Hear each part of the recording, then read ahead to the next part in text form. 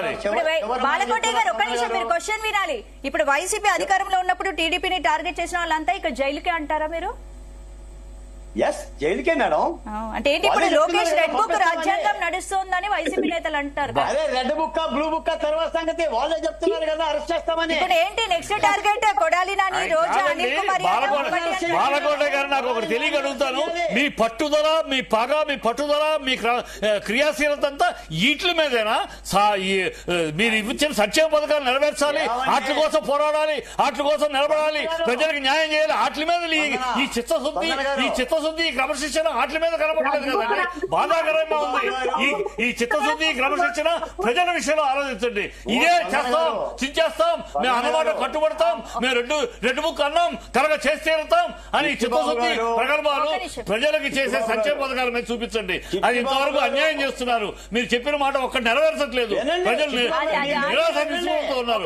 అది చేయండి. అది దాని నుంచి సమాధానం చెప్పకుండా చెప్పండి.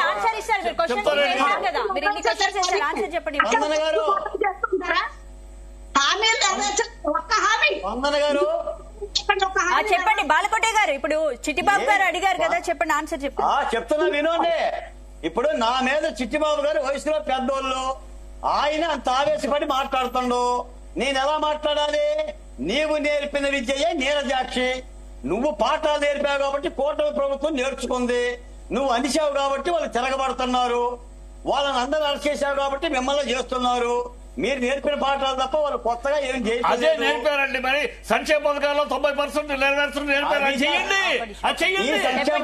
ఇది సంక్షేమ పథకాల డిబేట్ కాదు. అప్పుడు మళ్ళీ కూర్చుందాం. నీవు నేర్పిన విద్య నెరవేర్చా అన్నారు కదా, అది కరోనాలో కూడా నెరవేర్చాడు కదా. అది ఆ విద్య నేర్చుకోండి అన్నాను. నీవు నేర్పిన విద్యని అక్కడ మాత్రం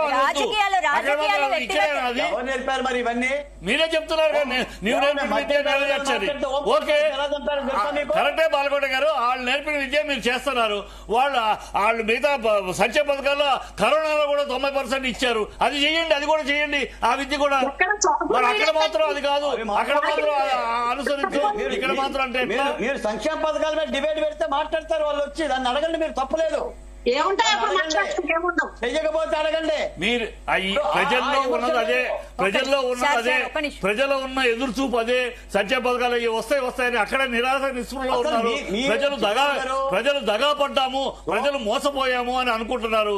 దాన్ని మీరు ప్రక్షాళన చేసే పాలన చెయ్యండి.